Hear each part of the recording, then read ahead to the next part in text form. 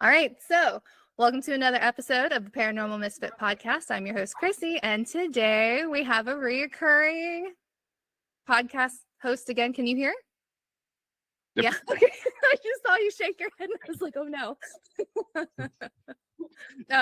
So welcome again. It's the Dr. Ghost Hunters, and this time Chad has brought his longtime friend and paranormal investigator as well, Jason. So do you guys want to go ahead and introduce yourselves again? Yeah, sure thing. And sorry for the little brief introduction. I'll tell everyone here, we are in a kitchen of a hotel in Globe, Arizona, where we're investigating. And someone came in here like right as you started. And the worker was like asking me when the light's on. And I'm doing all these hand gestures. So I apologize for that. But yes, I'll introduce myself. Jason, you can introduce yourself. So I'm Chad. Jason and I both are part of Dr. Ghost Hunters, where you can find us on YouTube and all the social medias. We've been investigating off and on, Jason, for 10 years or so.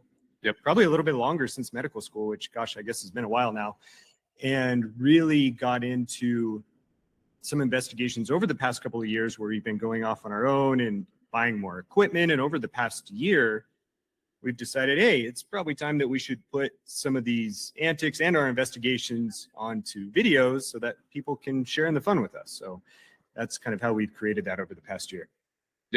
Yep. So I've been investigating with Chad for about 10 years now, like you said. And we always ask ourselves if we have too much gear. I don't think the answer is ever a yes to that. So too much to haul around, but not too much. We look like a film crew walking through the airport, but. Oh, that should be fun. I can only imagine because TSA lines are insane. Yeah. Yes, they are. Jason's got a good gig with that, though. You leave me to gather up all the bags while you mysteriously go off for an hour to go get the rental car. Somehow you come back with bags of food that weren't in the car either, which I'm always curious about. Okay, so I know you guys did a live stream last night, and I believe the night before too, right?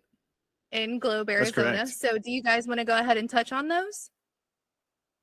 Yeah, absolutely. Maybe I'll tee them up and then of course jump in wherever. So we are currently doing a road trip through Arizona. And with this, we've had 3 nights in a row.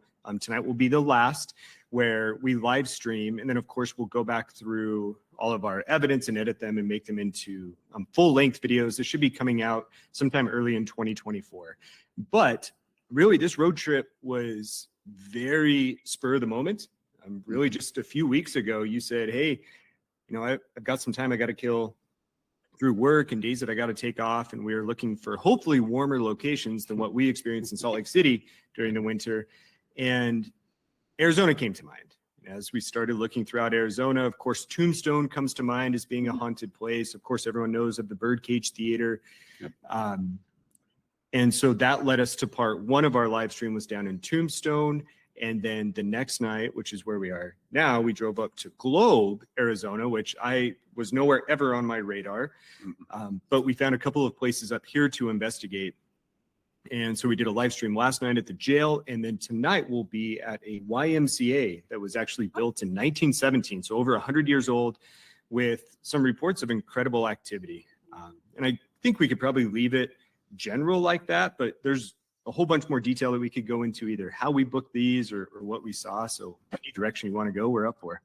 Okay, so I had to rewatch the live stream of the Madam's Room, which we were just talking about a little earlier. So first off, good job, guys, on dolling up the room. I loved it. It gave me the best laugh ever.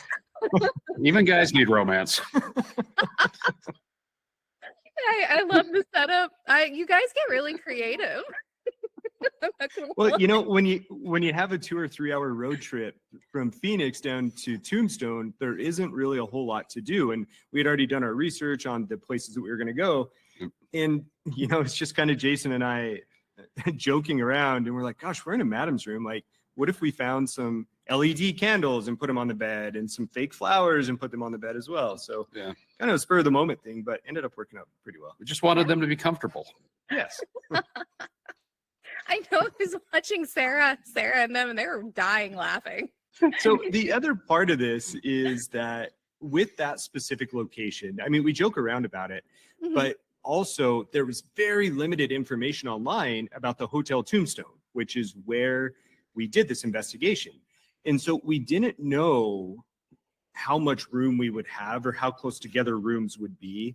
And so we wanted to be mindful of other people staying there. And we just didn't know what that investigation is going to look like. And when you live stream a place, especially somewhere you haven't been before, it's hard, right? Like, of course we want to go ghost hunting, and Jason and I are going to hang out and we're going to have a good time because we always do. But we also want the viewers to have a good experience with us. And so part of that was like, well, if we're limited in our ability to investigate with whatever this hotel was going to look like, then we also want to make sure that there was something there to have a good laugh at as well. And we didn't tell Sarah or Jamie ahead of time. And we knew that Sarah's eyes would just roll right out of her head. She's used to me doing stuff like this all the time. So she always gets a good laugh out of it. So how did you guys feel being in the Madam Room and doing the live stream in it? Well, I think Chad had a special kind of experience sleeping in the bed that we did all that on, but it was interesting. There's definitely, some activity there that we found, and you'll see on the full video. But so we can probably set the scene a little bit more so people can have in their mind, unless they're aware of the Hotel Tombstone, which again, I couldn't find much on. So the Hotel Tombstone actually is 4 rooms that sit atop of a general store that is immediately across the street from the famous Birdcage Theater. I mean, you walk outside and it's right there. And so you have to enter from the back of the general store to get up there. There's a common area, and then there's 3 rooms that are just right next to each other with paper thin walls. And then the Madam Suite is on the corner of this that also has a balcony that walks out over the general store and looks directly into the Birdcage Theater. And as you can imagine, this thing is well over 100 years old. Creaky floors, wood everywhere. There's barely pipes. But with that being said, I think the investigation went pretty well. As soon as we sat down in there, you brought out your K2 meter and you were getting hits almost immediately. And this place is not lined with wires. I mean, I'm surprised there's electricity in there. And so we immediately started to have some activity there. We focused our investigation kind of on one of the beds. And, the thought is it's a Madam's room, but also because at the end of the day, like, we're just investigating a hotel room. So it's not like we could move around a whole lot. But as the night went on, we actually did pick up quite a bit of activity. Yeah, there were some SLS figures over the bed that we were able to catch. Yes. Pretty consistently over, a 10 or 15 minute time period. Like Chad said, the K2 was going off fairly consistently, reaching the yellows and the oranges. Yeah, really showing high fluctuations in magnetic field. Yeah, so there's a lot of activity there. We should talk about that SLS a little bit too. Chrissy, on the investigation last night, which we can talk about that in a moment, but you asked about different apps and how we can trust different apps. And the SLS Figures, so the SLS is a structured light system. These devices project out lights, and they're supposed to pick up on humanoid figures that we can't see with our naked eye. And then they map them out as stick figures, right? That we've all seen and joke about. But you had an app through GhostTube. GhostTube makes an app that's just right through the phone, and you were capturing them there. But I had also recently purchased an SLS system from one of the other organizations that makes these devices. And at the same time, we were both picking up figures in the same location with the same app. So I think when we look at apps, we always want to be mindful that there could be motives as to why these things may go off, right? That aren't always ghosts. But the fact that we had both of those go off at the same time in the same location, while we also had, some of our electromagnetic field stuff going off on that bed, that was, to us, it seemed pretty notable.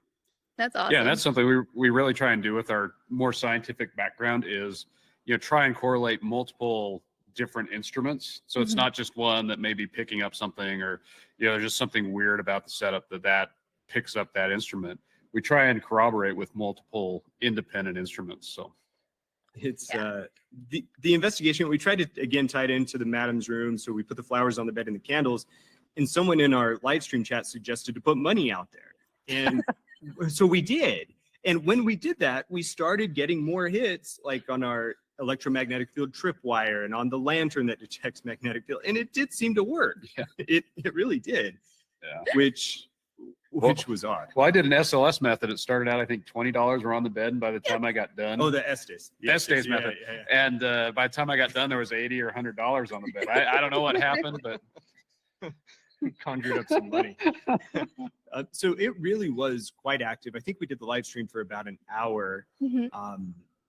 And right after that, we shut things down, but we kept investigating. And so we turned off all the lights. We tried to get it a bit more quiet than what it is on the live stream. And I sat on the bed and did an S.Days session. And as Jason alluded to, this, of course, you put on noise canceling headphones, you plug it into a spirit box, and all you're hearing is the radio waves. And of course, the hope is that we hear spirits that come through there and speak through us. Now, as I was doing that, it could just be the fact that the bed is really old and it was on rollers and it was a wood floor. But I felt like the bed was shaking. Like there were times I felt that it was shaking. This is the really hard part of doing video stuff, is from an investigation standpoint, we could say like, oh, that's an interesting finding. We try to see if we can pair it up with any of our gear going off at the same time. But it's also like, I can't prove that it was shaking. But it did make it creepy, because once we stop our investigation, it's like, okay, now I'll just roll over and sleep here. And so that always adds a little bit level of chill factor to it too. It's a little bit chilling. You guys stayed in separate hotels, right? In that. So we were going to, we were Okay. going to, and we did not end up doing it. So this is a little bit of a story. I'll try and condense it. Jason and I were trying to figure out where to investigate in a hotel in Tombstone. So before we even started that investigation, we were at the Boot Hill Cemetery in Tombstone, and we investigated there for 3 hours, cruised over to the hotel and investigated there. Now, we got to Hotel Tombstone and the Lorian Motel, which is just behind historic Allen Street, Okay. because we jumped in a Facebook Tombstone group and asked the locals where we should go. We figured that would hopefully take out some of the commercialized, locations of paying $700 to go to Birdcage and, whatever comment I guess I'm trying to make there. But the locals told us that those were the two locations to go. So we did have a room at the Lorian. When we went over there and checked in, it was hopping. There were people everywhere. Every room was full. And just the motel style nature of it, there wasn't going to be a chance for us to get a good. Yeah, it would have been hard to rule out anything as supernet or paranormal or just the person in the room next door. So, Yeah. So what stories were they sharing for you guys to actually book a room there? Like what made it like one of the... was interesting. Okay. The reports there is that they would see a woman in the room. They would also hear noises, hear footsteps walking around, which we didn't catch either of those things while we were there. But those were the reports. And then at the Lorian, I think it's more lore than anything else. yeah. There's the classic reports that if you Google this, Larian Motel, almost every website says the same story, that there were twin girls that were sleeping there. They both felt something weird in the night. They didn't say anything to each other until the next morning. And then they felt that they had the same thing. Also reports that there's a man that's walking around inside the first 4 rooms, which I guess were the original rooms of the motel. But interestingly, as we did research on it, we couldn't find that there was a classic narrative associated with a haunting there. It's not like there were deaths there, shootouts that were recorded. It's not that people were saying that there's a portal there. And so we couldn't really find anything on that. And when we pair that up with the fact that it was so crowded, and we got lucky with the Hotel Tombstone, despite the fact that there were 3 other rooms there, only one of them was booked. Oh. And so we ended up both just staying in the Hotel Tombstone. Is a long way around that answer. Okay. Well, that's cool. I was wondering because, I remember you guys had mentioned you were going to both stay in separate ones, and then it didn't happen. Yeah. So last night's live stream was on the jail, which I absolutely love. So it's so funny because during that kind of time period, it seems like all the jails look the same because that jail looked exactly like the one in St. Augustine, and oddly enough, they have mannequins in them too, in certain cells. Huh. Yeah. Should give you a good scare when you walk by. Yeah. Especially if it's your first time. How did you guys find the jail, and what kind of stories were you hearing about it before you decided to investigate it? Yeah, well, maybe I can touch on how we found it, and then if Sure. you can remember some of those stories that we had that we talked about last night, I want to comment there. So the way that we found it is something I wish every state had. Through a Google search of trying to find locations to book, which for us is always the challenge, right? Access is king for all of these investigations. The Arizona Ghost Tours, I believe is their name. I should have had this written down. They have set up a very simple way to access different locations for either group or private investigations. Oh. And it is an incredible website. I can't say enough positive things about them. Yep. They had laid out on their website 4 or 5 different locations. They tell you the price, the start time, the end time. They'll tell you exactly how long the tour is going to take. And all of these things matter when you go on a paranormal investigation, right? Like these things truly do. And so through that website, we were able to book the jail, which was nice. Some of the reports there too, our kind of docent for the night, his name was Vinny. He's great. He's been investigating for decades and decades, but he had some pretty good stories for us. Yeah, shout out to Vinny. He was great. Yeah. He was really good. But yeah, there were some good stories, some of them which have been on some of the different TV shows. You know, the individual that may or may not have drowned two girls from the town. Yeah, Kingsley Old. That's his Kingsley name, Old yep. was the famous inmate. Yep. And he was taken up to one of the cells in the upper floors, second floor, I believe it was.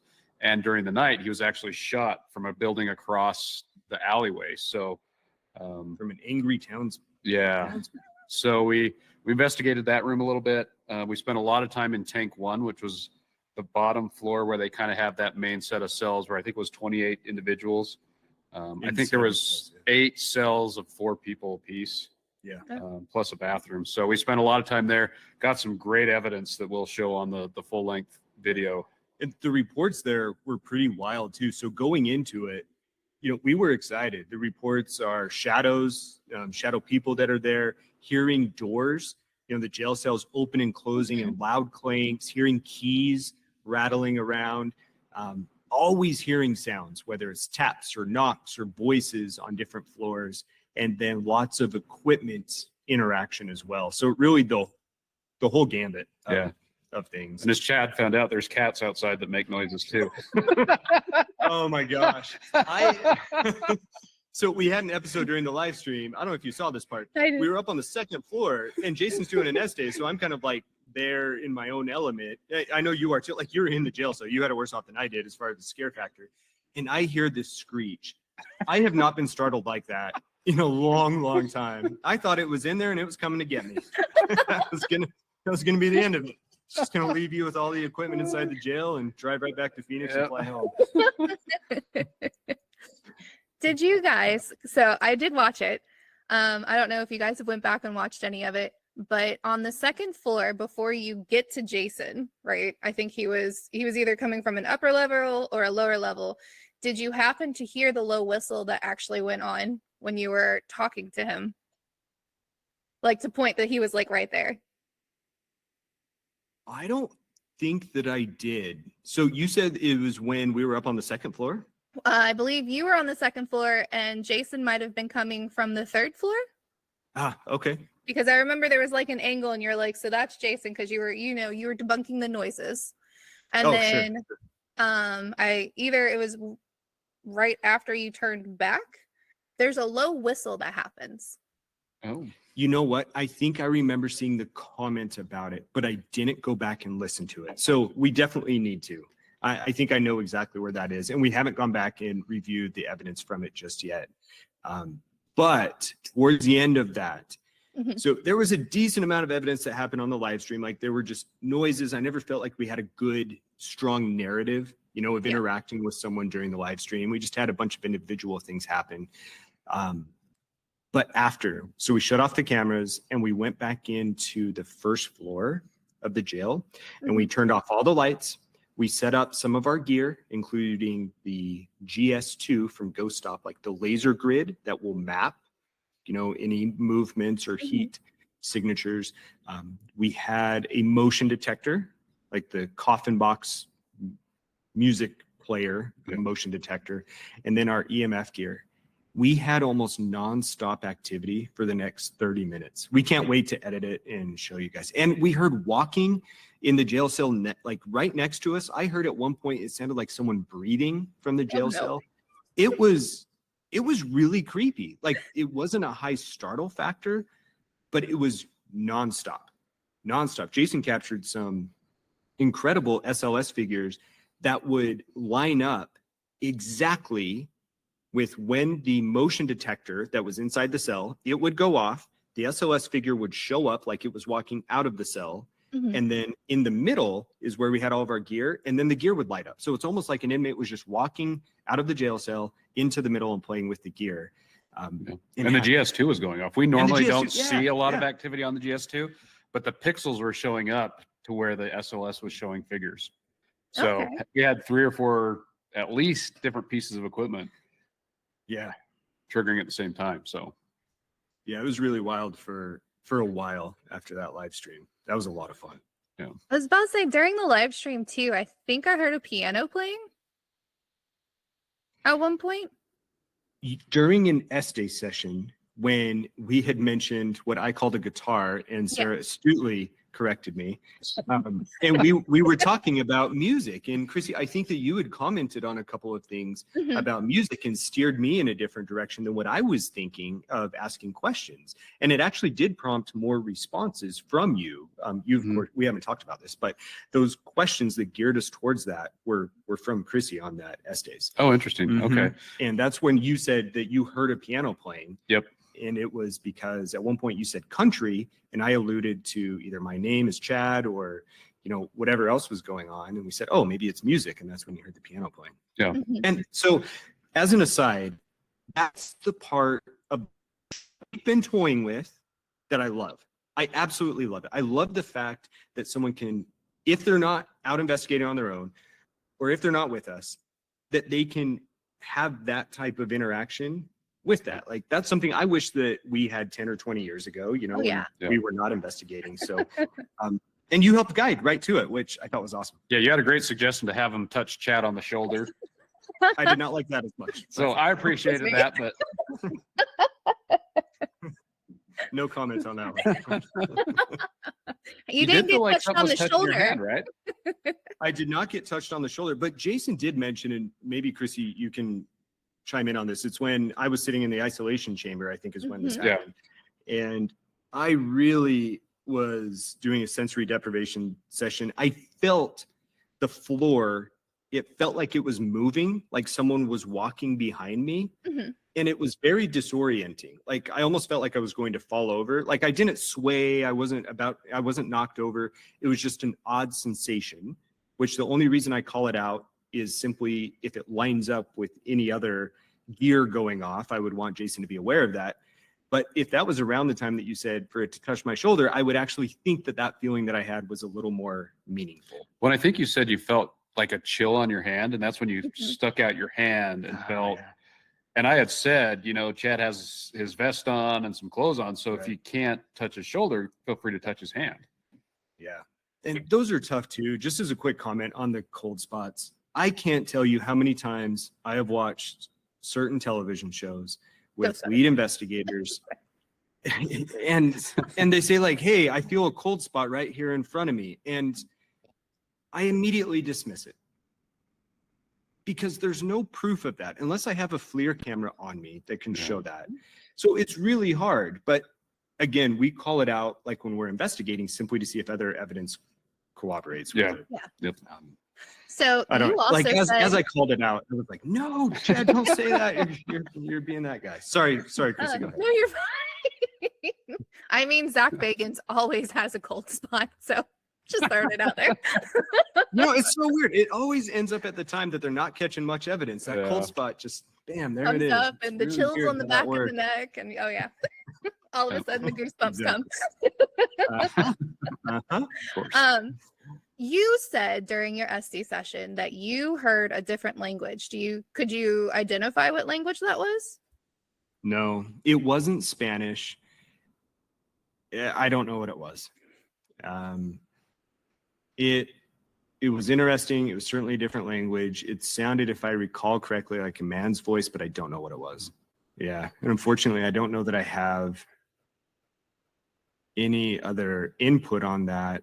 Maybe we'll be lucky, and as we go back through and watch the video, maybe we'd be fortunate enough to capture an EVP. But you're pretty sure it wasn't Spanish. It wasn't Spanish. Because that's what I was thinking in the moment, just No. given the part of the country we're in. Right. But I obviously couldn't ask you at that point. I definitely don't speak Spanish well, but took multiple years of it in school, and I could at least pick it off. Okay. And with just some patients that I have that are Spanish speaking, but it wasn't Spanish. Could have been Native American. It could have been. Could have been, yeah. Yep. That could very well be the case. And certainly, Globe, abuts, native ground here. And certainly there were feuds with Apache natives here before. So that could very well be the case. Yep. So there was tapping. I think during Chad's session, did you guys manage to debunk it at all? Or did you think it was the furnace? Because I did notice they had like one of those really old furnaces like in the corner of the room, apart from where you were sitting. That was in the isolation area. Is that correct? Yep. So it wouldn't have been from that because there was actually no heat inside of there. It was so cold last night. We had two little plug-in, we didn't have them, but the host had two little plug-in heaters, one for the room that he stayed in and then one for the restroom. But it wouldn't have been from that. Yeah, those old radiant heaters are not working right now. So I wish they were. We did not debunk it. Do you remember hearing it? I don't remember hearing it as I sit here right now. We'll have to go back and look, but I let's go back don't and check it remember hearing that. And then you guys lost like connection a little bit. I want to say, was it during the isolation or was it when you went up to the third floor? During the live stream, you guys actually lost connection for a second? I remember losing. I don't remember where we were. Oh, really? Was that when you were levitating?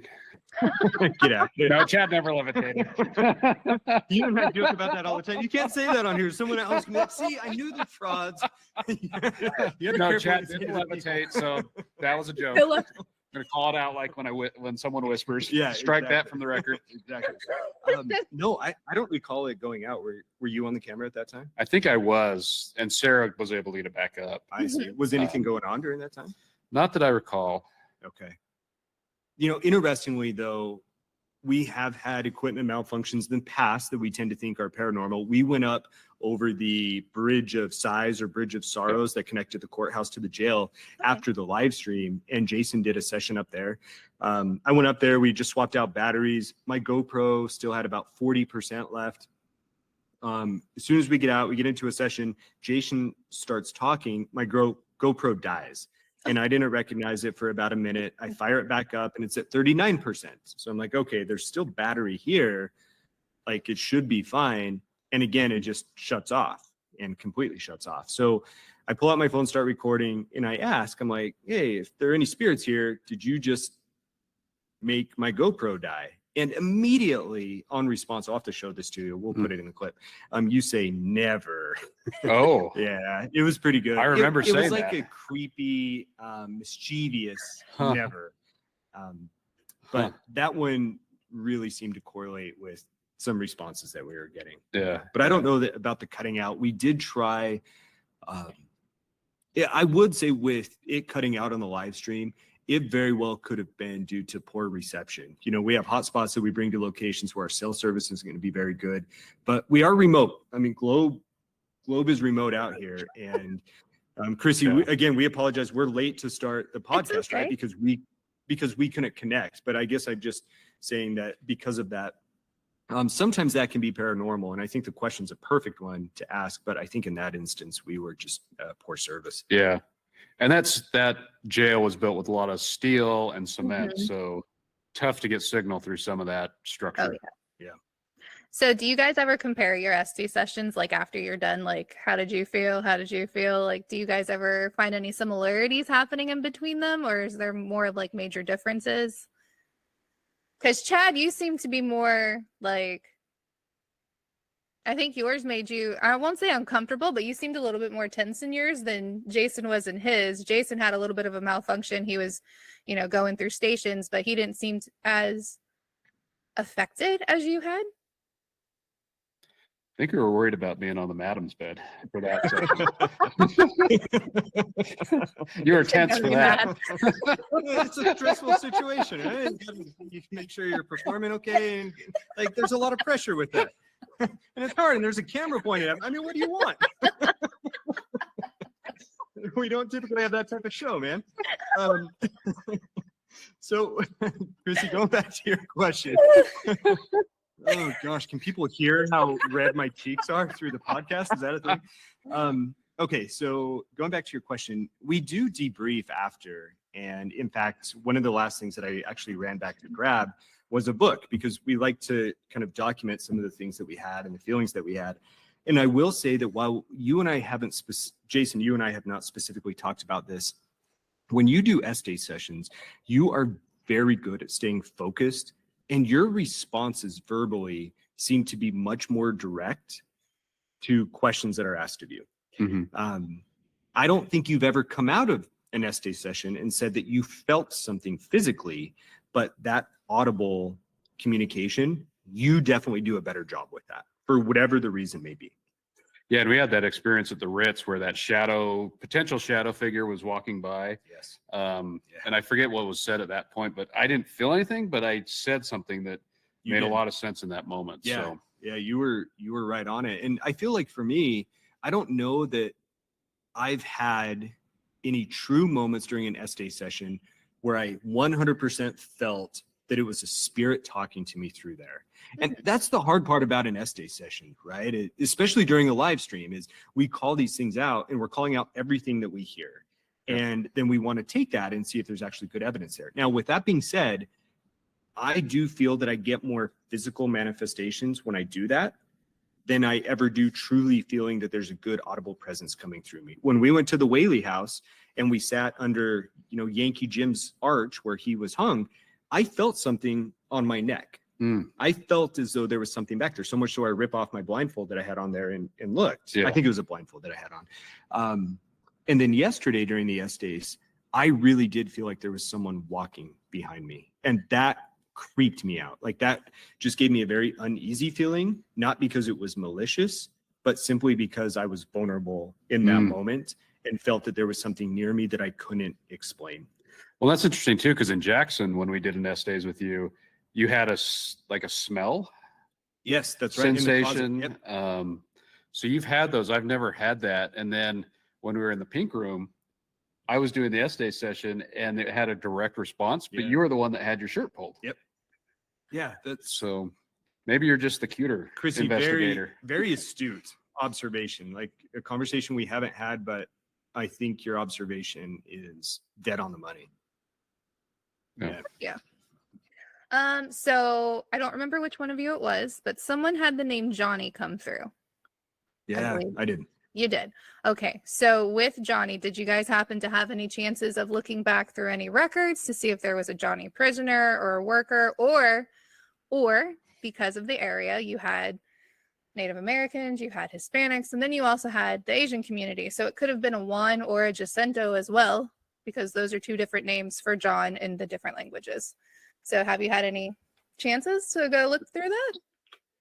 So we haven't looked through the records, but we did talk with Vinny after, and he said that a Johnny has come up, and they think there was an inmate named Johnny. Okay. At one point, which, over 70 years, there's a probably pretty good chance of a Johnny going there, but they have heard that before. So, nice. Right. Yeah, it was interesting. Vinny that he alluded to, I think we spoke earlier, who's our docent for the night. He is a paranormal investigator. He was editing his own gear and he stayed down in the first floor the entire time. So he was unaware of Johnny. When he asked what we had found, we said that was kind of the name that came through. And he's like, oh yeah, we had a Johnny who was an inmate. So again, it's tough. I would love for there to be a famous Johnny that died or passed in the jail, or someone who had a story, I guess is what I'm trying to say, that would really fit that. But I do think it's notable that there was not a whole lot coming through that spirit box. I mean, which is good. I mean, you don't want that to be the case, but Johnny was the name that came through. Yeah. Okay, cool. Have you guys thought about playing poker again with any of the ghosts like you did in California? You are in Tombstone. You know what, maybe tonight we should do that. So tonight we're going to a YMCA that's over 100 years old. And this YMCA, upon our research that we had, I mean, it seemed like that would be the location for it. They had pool tables, swimming pools. They would house, I think some of the miners from the town had up to 20 dorms. Yeah. That could be the location for it. I don't think I brought any cards with me this time. They won't be hard to find. We can pick those up. But that card playing though from the National Hotel really was the most incredible thing. We talked about it on our top 5, paranormal moments in review of 2023 that we made and put on YouTube. That would have been one of the top ones. Like just visually, we didn't have a good enough camera on it and good enough audio to truly let people have the experience that we had with it. Yeah. And so, we had good video for the one card that got called out, but there was definitely a second card that got called out. And the chances, I mean, that doesn't have to say anything, let alone a number, let alone the card that just happened to be in that hand. And Chrissy, as an aside from that, but directly related, I think you and I spoke about this when we chatted a couple months ago, but that entire experience at the National Hotel when we played in John Wayne's poker room and we had this response just came up from Jason and I going up and chatting with people. We didn't pay to be in that location. We didn't book it out months in advance. They weren't advertising it. We simply had a room at the hotel. We went down and started chatting with the front desk. And, she just saw that we were nice, reasonable people who had an interest. And she's like, come here, let me show you something. And takes down the barricades and we go down there and investigate and get that. So, for all those people out there that may not have, funds to go rent out a place or may not have the contacts to do it, it's always just a good reminder, just chat with people and you never know where it's going to take you. Yeah. And along those lines, earlier today, we were in the city just looking at museums and we just happened to be talking to this guy in the museum and we told him where we'd been the night before. He's like, what do you say? Oh, I got caught once or I was in mischief and I got put in jail. Yeah, he was put in the jail that we were investigating last time. He'd walked across the bridge of sighs and so you just got to be friendly. You never know what you'll find. I was like, oh, did you happen to leave part of your Horcrux in that jail? Like, were you chatting with me last night? Are you the person who prompted that cat to hiss and make me pee myself? Oh my gosh. Okay, so the Kingsley cell. First off, like I said, that was really creepy. Just mannequins alone, those things freak me out, especially in the darkness. Yes. And it's a weird mannequin too. Like it is. It was really face somehow. So was he laying down when he got shot? Is what it was? I think so. So the legend is that he'd had part of his face shot off, whether that was self-inflicted or otherwise, it's up for debate. But so he had a bandaged face from that, and I think he was laying on the cot from that injury. Like they treated him and as best they could for the time, but I think he was laying down. Yeah, that's what our historian had told us. Really pretty incredible as well. So they think he was laying down. The windows going into that cell are not large, and the shot from next door, the building next door, Jason and I looked at the angles and we just said, wow, it's pretty incredible. I mean, obviously unfortunate, but pretty incredible. Not a big distance, but to be able to get it between the bars and have it just right, that's a tough shot. So it is. So I know unfortunate all around. You guys use a string, right? A string for the lights, like sensor lights. Yes, so it's a tripwire. Yeah, so that was pretty cool. What did you guys like? How did you guys feel in his cell and around the cell? And why are the girls around there? So they put up the girl mannequins because the story goes that one of the days before he died, he told one of the workers that he woke up in the middle of the night and had the 2 girls that he was accused of drowning visit him in the cell. And so that's, I guess, why they put up the mannequins was to kind of create that scene. It certainly does make it startling when you see that. Now, being inside of that cell, the hope is that we could really make direct contact with a specific individual spirit, which maybe this is just because of the brevity of us really going hard at these investigations. However, it's hard, in my opinion, to get one spirit to come speak with you on command by name as an individual. Mm-hmm. I was really hoping that we had enough information that if Kingsley or if the girls were there, I think it's Lulu and Myrtle, that if they were there, that they would come out and talk with us or interact with us. And the suspense, I think, was there. Like, it was quiet. Everything was there. The recipe for it seemed to be there, but it just didn't ever, for me, get the feeling that was coming through. Yeah, and we even tried to get some objects that a child that age. We got a little REM pod bear and tried some other things, and just didn't get a response that I recall. It seems as though we did hear something in the background, like a tapping or a noise, when we were trying to call out towards the end there. But we never had anything else to validate that being the source. Or it could have been the chair attacking me because I was trying to stand up. There's always that. I think your butt got in the way of that one. So was Kingsley's cell part of the women's ward? You guys kept pointing up and saying upstairs is the women's ward, and I thought that was really weird. That's where they would put him if that was the women's ward, and then downstairs. I think it was the isolation ward. So if they had someone with psychiatric issues, or that they really needed to isolate, or they didn't have, that room that Chad did his S.Days method in, that would be the room to go to. Where he had that injury, I think they put him up there to keep him out of the general population because he was in that fragile state. And that location really, like, it is on the same wing as the women's ward. Okay. Just separated, as Jason noted, but they do have it set up really well. Part of our plan was to go back and further investigate that after our live stream ended, but we just had so much activity on the first floor that we just couldn't walk away from it. Yeah. And so we didn't get a chance to go back there. But if anyone's out here and investigates that jail, it certainly would warrant more attention. Yeah. That's awesome. Yeah. So let's see. Oh, you already answered that one. Sorry. I am not going to lie. I sat there and I was watching all of your videos and I was just making all these questions.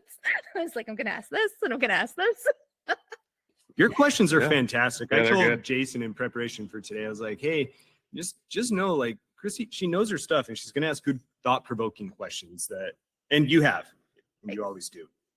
Okay. So the live streaming, I really love that aspect, right? Because you don't get it. Obviously with cable channel, they're not going to live stream something too much unless it's like a football game or a baseball game. Yeah. So what gave you guys, what made you guys want to do that? Because I think it really does a lot of good, because obviously you're not going to be editing in the middle of it. So you're not fixing anything. So it kind of helps with those paranormal skeptics and enthusiasts alike to be able to see how the investigations go. So when you're doing this, what are you guys anticipating the most of? It's a good question. And I will say, as I think about that you're exactly right. Like, we're not editing it during. I can't tell you guys, Jason and I know nothing about the whole video world. Like, everything that you see is just me trying it and us figuring it out. Mm-hmm. And so there's so much preparation that goes into trying to set this up. And it shouldn't be that hard, but it really does take us a long time to get everything set up. So yeah, there's not a chance I could edit this during. It would just be a disaster. But the thought as to why to start it, I think that was the first question that you asked. Truly, our goal with the videos, honest to goodness, is that we have so much fun no matter who we bring with us on investigations, that we just want other people to be able to experience it too. And when I started watching ghost hunting shows, I've mentioned this before, 10 or 20 years ago, I loved when the original TAPS team, Ghost Hunters, did a live Halloween stream event. It was one of the most favorite episodes that I ever have, and I remember watching. And I just remember thinking, man, it would be really cool to do that, because I wanted to experience what they were experiencing in real time. For some reason, it just gives you that rush. And so that's kind of how that idea started. Sarah has really enjoyed kind of managing the chat and provoking us a little bit. And, you know, I want to make sure, you know, a peek behind the curtain, I want to make sure that Sarah's involved and enjoys this. Not only as my wife, but also it's time away from her if she's not there. And during investigations, like sometimes she'll just peace out and be like, okay, I'm going to go sleep. And I feel awful when she's sleeping in a location that we're investigating, but she loves helping to manage that part the first time that we tried it. And we're like, okay, it's fun. We think we can do it reasonably and have people enjoy this. And she's good at doing that. So that's really what helped spur that along.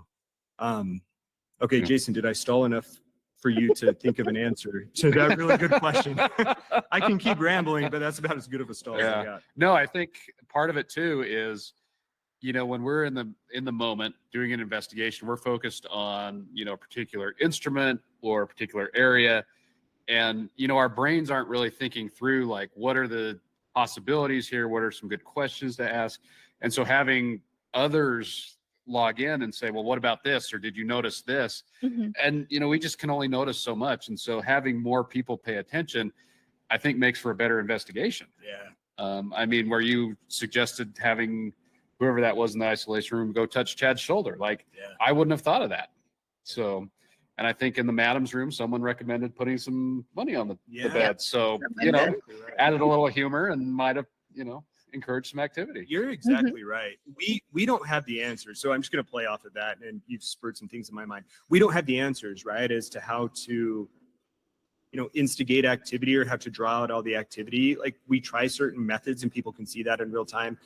But there isn't a playbook for this that's well written. And so give everyone the opportunity, just as Jason mentioned, to do all of those things can only help the community. You know, it helps with engagement, and, you know, let's see what we can make happen together. Yeah. And one specific instance, so when you were doing the S.Days in the isolation room, it just so happened the cameras were lined up with the window.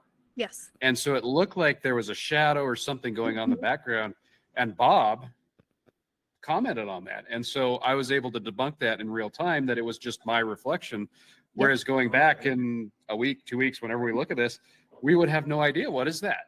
And so I think it really helps improve the quality of the investigation to have multiple people watching this. Yeah. So thank you, Bob. Shout out. Love you, Dad. Bob was into it last night. I'm just saying. Oh, yeah. So I'm going to say this. It's a huge compliment from me, by the way, when I say it this way. You guys remind me of, are you guys Josh Gates fans at all? I've loved his show, not all of his, I haven't watched all of his stuff, but his expedition, oh gosh, he sends out 2 explorers and they go investigate the paranormal. I can't think of the name of it, which it's Expedition X. I love that I was about show. to say, you guys remind me of that show because you guys do so well of keeping that really healthy balance of like debunking and being skeptical while also trying to embrace what's happening around you paranormal wise too. So I love it. Love it. I mean, I love that show. I appreciate that. So that's a great show. How do you guys, I know Chad and I talked about this a while ago, but how do you guys manage to still keep that healthy aspect of keeping the balance of skepticism and the belief of the paranormal? I think that's kind of built into what we do as a job and as our education is, you know, trying to figure out how to help patients and, you know, whatever in medicine, there's always that aspect of unknown. Right. And how do you balance that with actual evidence that's out there? I completely agree. And to be honest, I don't think about it. It's very much related to my mindset of my day job. And that's to ask questions and always ask why and dig a little bit deeper, a little bit deeper, a little bit deeper until I find out a patient's why, you know, what drives them, you know, for their mental health or what condition is truly underlying that's leading them to their symptoms. And so it's that curious aspect that's ingrained in me. And I don't know if it's for better or for worse in the paranormal world, but I think Jason and I, our mindsets are the same. We've had the same training, and that is just kind of what's been beat into us for all those years. Yep. Yeah, that's awesome. So I know you shouted out Sarah and her empathic abilities. How has she been working on those? Ooh, this is, I'll approach, I'll just give you the full peek behind the curtain. I think that I've always been curious about Sarah's empathic abilities. Even when we were dating, she would mention things that would happen, but would be a little passive about them and not necessarily want to dive into detail or discuss them or bring them up much. But it's always been curious to me that there was something there. And of course, wanting to be supportive of her, not trying to push her on that at all. And really over the past 6 months to a year, there have been so many instances where she has met others on our investigation. She met Elsie, who's the owner of Bethany's Home Sweet Haunted Home. She met with Beaker. He's one of the hosts of the EVP podcast and is a medium. And when she meets these people, before she even says a word to them, they will stop what they're doing and look at her and say, "Oh, you feel things too." And I think that that's helped given her a bit more support to know that what she is saying, that other people feel it too, or what she does feel, that other people feel it too.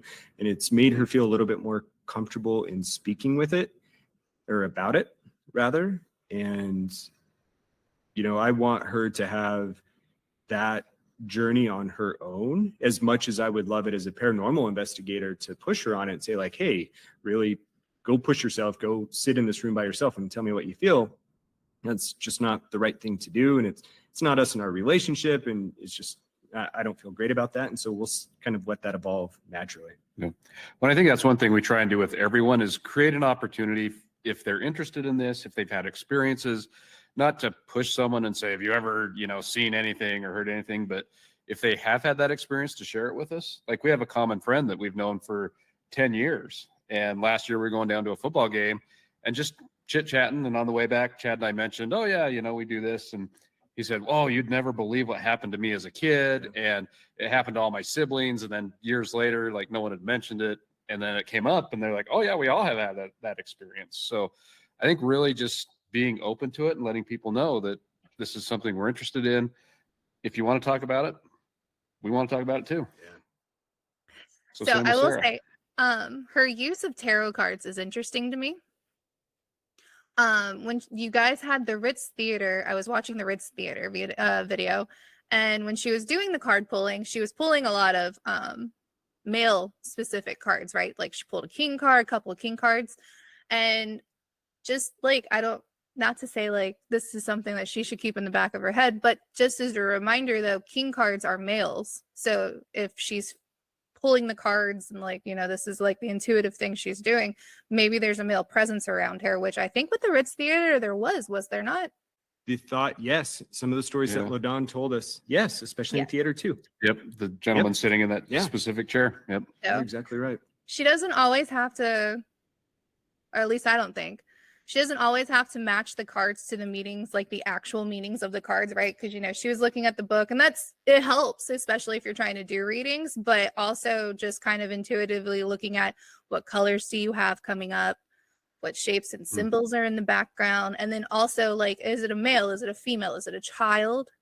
Because, you have the court cards, you have the king, the queen, the knight, and then I don't remember what the other one is. Oh, a prince. So those two kind of flip-flop, and sometimes those also flip-flop based on sex as well. So those can kind of be more ambiguous, but your kings and queens for sure come up with those very dominating type of energies. So I thought that was really interesting. Like I really like watching her use those.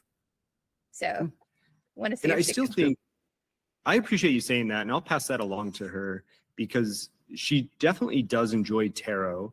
And I think it's something that she is still learning, even though she has done it off and on for years. However, I think it helps as a bridge for some of these other experiences that she's having. And so it's her way of kind of dipping a toe into that. And we've wanted to incorporate that. And we just haven't found the perfect way to always have that blend into whether it's our videos or our investigation. But hearing that, we'll certainly pass that along and see how she can do that.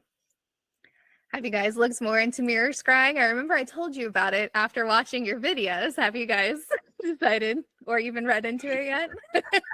No, not really. Mirrors, I don't think that there are many places that we go that have an initial scare factor to me that I would say I wouldn't go there. Of Mhm. course, there are things that can happen that will startle me, and we all saw that last night with the little Yeah. kitty. Yeah. But mirrors, I have an interesting relationship with, and I don't think that story has been fully told, Mhm. because Jason and I have joked about mirrors for the last couple of years. Mhm. However, and Jason, you and I haven't really talked a ton about this, the more that things continue to happen with mirrors, there has to be a point in time where I need to quit joking about it. Like, it can only be a coincidence so many times. Yeah. Right? Before we become passive over it. So I do think that there's a healthy level. I don't know if it's healthy. There's a level of intrigue and a little bit of that where I don't know what I'm doing with it yet. And so I don't want to dabble with it in case there is something to it. And Yeah. so I need to be better to answer your question of looking into it. No, I have not done it. I need to be better about doing that before I jump in. Yeah. And we do have an idea for Yeah. a new kind of experiment with that to see. I don't think we've had the opportunity to do that yet, but we do have some ideas. With We're doing mirrors? with mirrors. Yeah. Yeah. I do have them in the house. I'm going to bring them on the plane. Yeah. So you guys have investigated the graveyard already?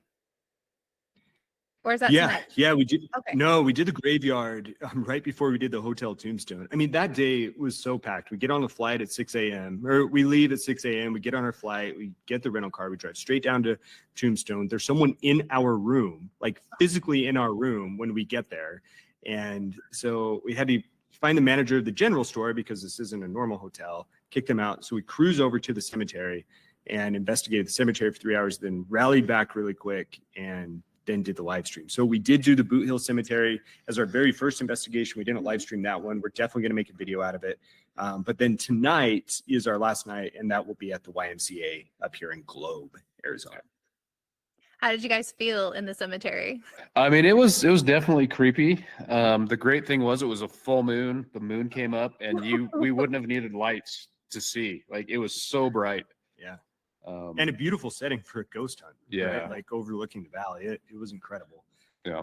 The activity started slow. There were certain grave sites that were thought to be hotspots. And interestingly, our guide, who was there for the evening, he is friends with someone who is a medium, so we are told. And her message to him was that the spirits know that we were coming. Remember, that was like the first thing he said to us, which, okay, and interesting. But started slow. We did start to pick up some activity on our EMF meters and even a little bit of SLS over by the McLaury graves. And the McLaurys, if I'm thinking of their name correctly, they are some of the ones who died, and Billy Clanton, I think, is the other, at the shootout at the OK Corral. And so their grave sites is where we started picking up activity. And then, gosh, we also had some of our other activity, which was limited but not insignificant, over the grave sites of kids. Yeah. So that's always tough. Well, we also had a specific grave we were looking for that we didn't know where it was. And the K2 directed us to it while That's right. while he was our guide was actually went back to the room or the shop to get the map to see where it was, and we were pretty close to it by the time he got back. You know what? You're exactly right. And let me elaborate a little bit more, because we talked about how this could be significant for outdoor investigations. That was our first outdoor investigation. We didn't know how it was going to go, especially with an audio component. So we really tried to rely on our devices. Now, this K2 meter started going off. We set a name, and then it started really lighting up. So this was the Kansas Kid is what he's known as.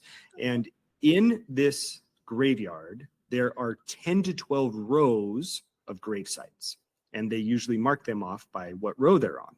And so as we start speaking to him, we said, if you would like to show us to your gravesite, let us know. And of course it lights up. And so we start numbering. I tell him, okay, here's how we're going to play this game. This is row 1 all the way up to row 10 or row 12. And I'm going to count through the numbers. And when I get to your row, I want you to make it light up. And I get to 5 or 6 right in that area. and that's where it lights up. And as Jason mentioned, during that time is when our host for the evening went to go find out where he was buried. And sure enough, it was in row 6. Oh. And he guided us right over to it. Didn't really have a message. We tried to capture some EVPs and didn't get anything, but that was interesting that he seemingly wanted to be acknowledged, wanted to show us to his gravesite. And then things kind of went quiet after that. Yep. Yeah. Okay. So I know you're doing Arizona right now. What other places do you have planned for 2024? See, these are the good questions. We're thinking Bahamas, right? Somewhere warm with a beach. Right, Hey, it was in so the cold Bahamas, last night. in the Bahamas is Johnny Cash's home, where he is said to have passed away. And on top of that, it was also an old plantation that was owned by a white woman who was not very nice to her slaves. Think like Madame Lalaurie in New Orleans, but Oh, white. yes, in New Orleans. Ooh. So speaking of which, so to answer your question, we have a couple of sites that we're very excited about that are already locked down. We have the Idaho State Penitentiary, which we're going to be investigating back-to-back nights in the spring. Oh.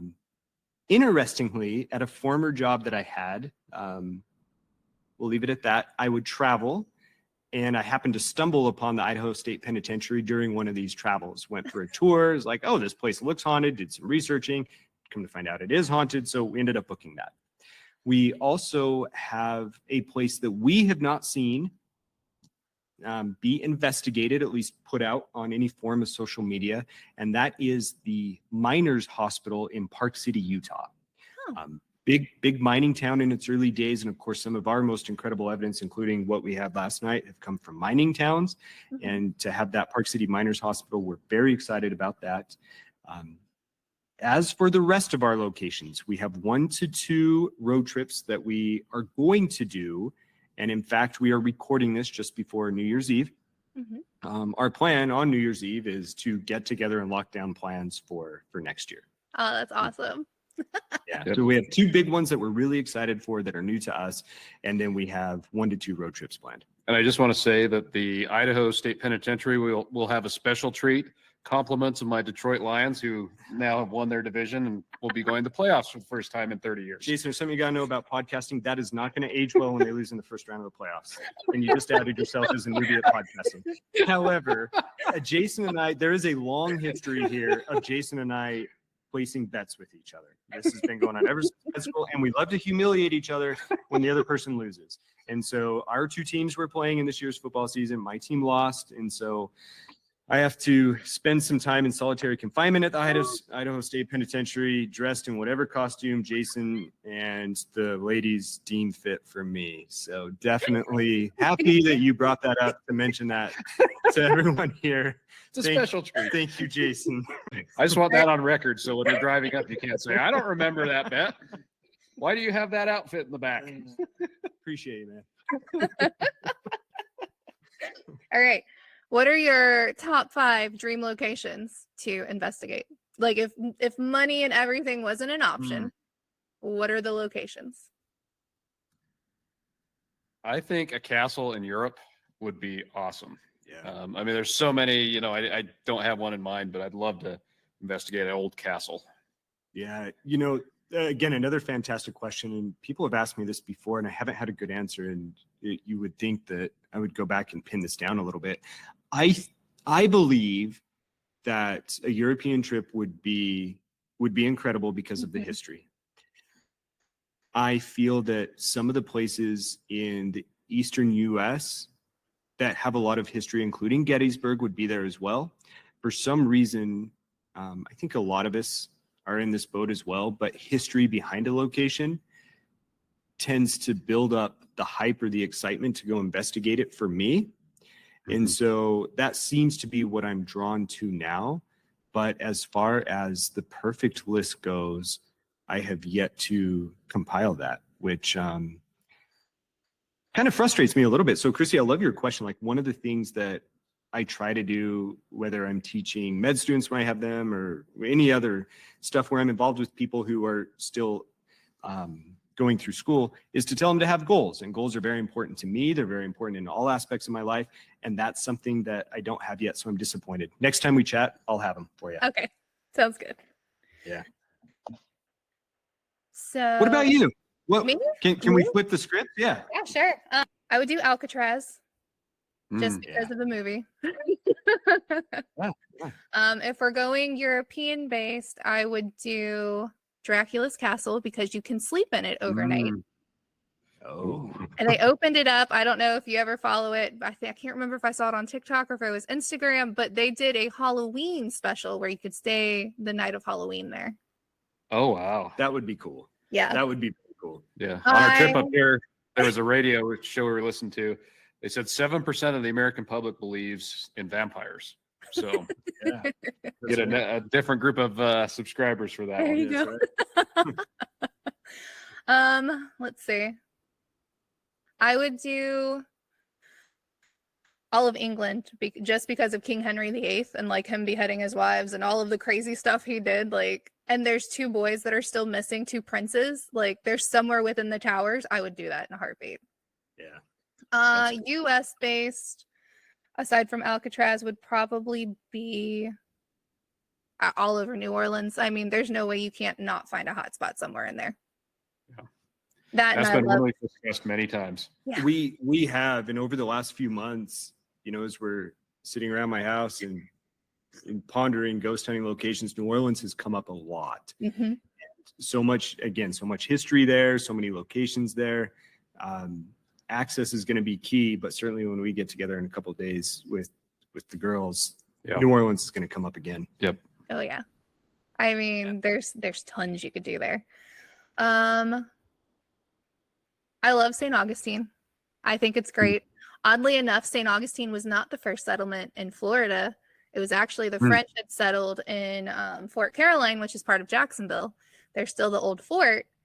And the Spaniards came in, they were mad. They were like, nope, you can't have this, and completely massacred them. So no one knows about that unless you actually go visit the park. So that's one place that I don't think has, I've looked for it everywhere and no one has investigated it. Oh, interesting. Yep. Florida sounds lovely this time of year. Yes. I still have not fully warmed up since yesterday. It's so cold. I must say, for being in southern Arizona, I thought it was going to be warmer than it was. No, that prison was freezing. Yeah, it's We're, mid-30s at night, so. Yeah, that's actually where we're about to tip off at, is in the 30s. So, also Key West. I would totally investigate Key West. Key West is fun. I've only been there once, a couple of decades ago, actually. Went on a walking ghost tour with my family. That was one of the first ghost tours I ever went on. Maybe that spurred and led me to where I am now. But yeah, planted the seed. Yeah, that's a whole lot of fun there too. I was about to say, we all know, if you ask me, I can tell you all the places in St. Augustine to go because I've done them all. I like it. Nice. I like that a lot. Practically. Let's see. I want to do Savannah. I think I'm going to try and shoot for that next year, just because it's not far. I still want to do New Orleans. Every time I've booked a trip to New Orleans, there's been like a storm or something else has came up, and I'm like, clearly I'm not supposed to go yet. Right. You know, with New Orleans, I haven't done a deep dive into locations to be able to reserve for private investigations. If anyone, or if you ever come across this, Chrissy, but if any listeners have any spots that they enjoy or that they know of for locations in New Orleans, I would love to hear them. People can send it to us on Instagram or on Facebook. I think we have an email address, drghosthunterslc@gmail.com too. So any of those, would love to hear it, because I really do think New Orleans is going to be in our future. Yeah. Texas too. Oddly enough, not that I really want to stay very long in Texas, but Texas has a lot too. When you think about the Alamo, and then Corpus Christi apparently has something there. So a whole lot of history there too. Again, going back to the history thing. When do you guys plan on putting out the videos that you're currently live streaming and stuff right now? So is there a good timeline, or?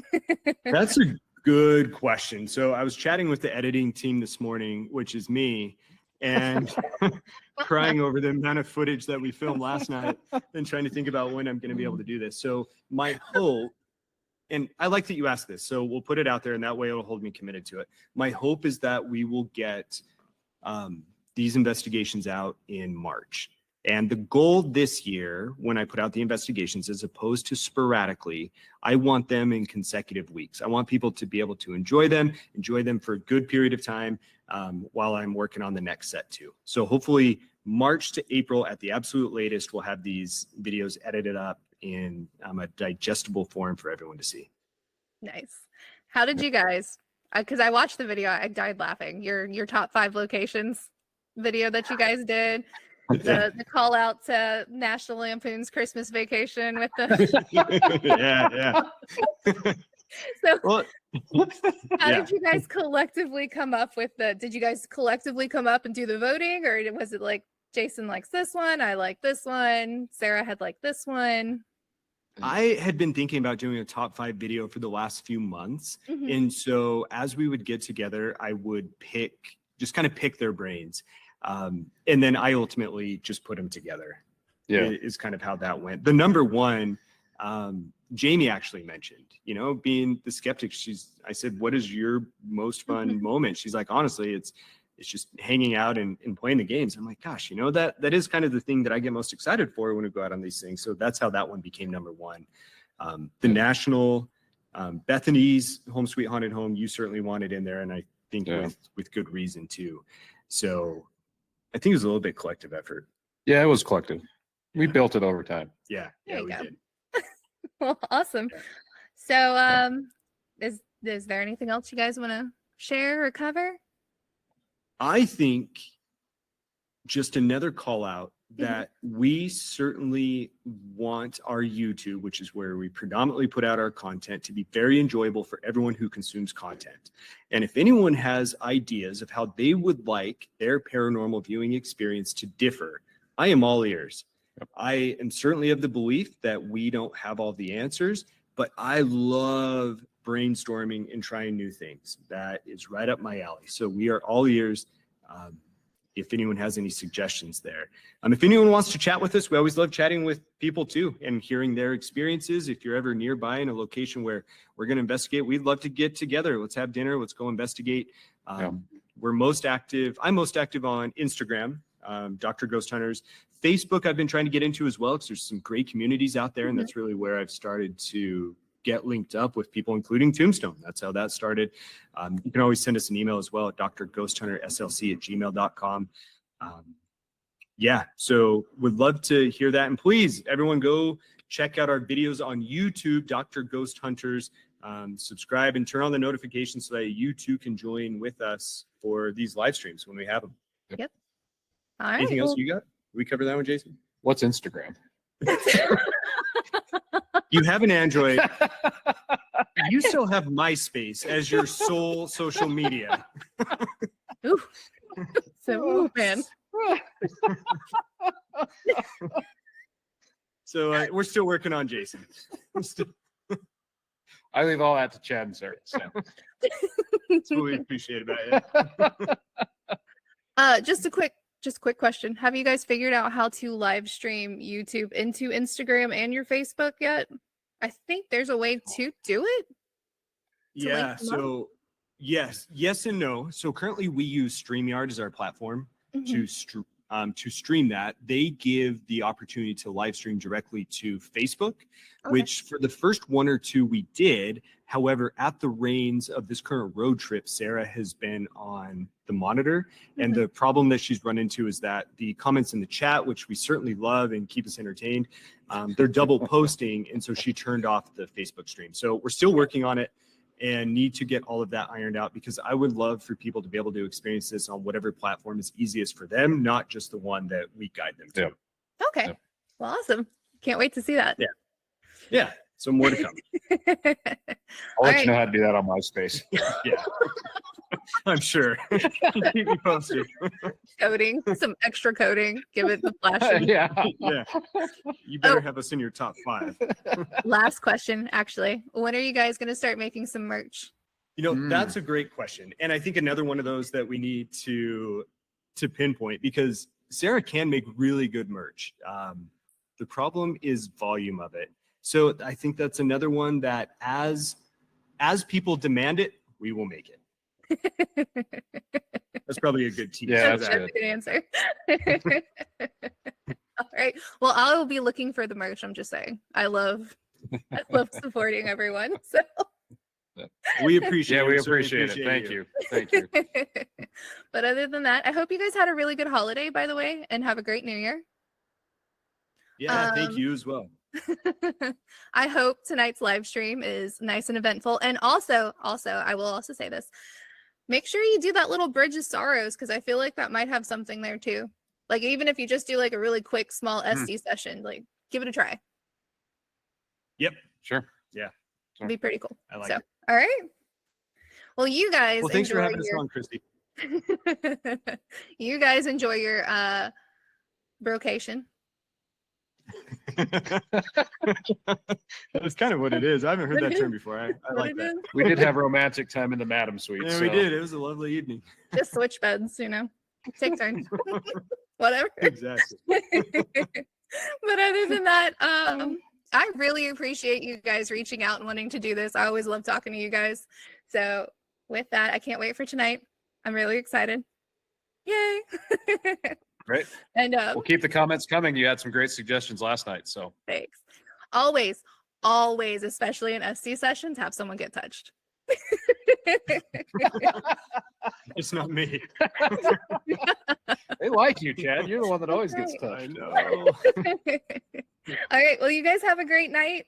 Have fun live streaming, and I will talk to you again some other time. Great. All right. Sounds great. We'll Thank see you. you online tonight. Yep.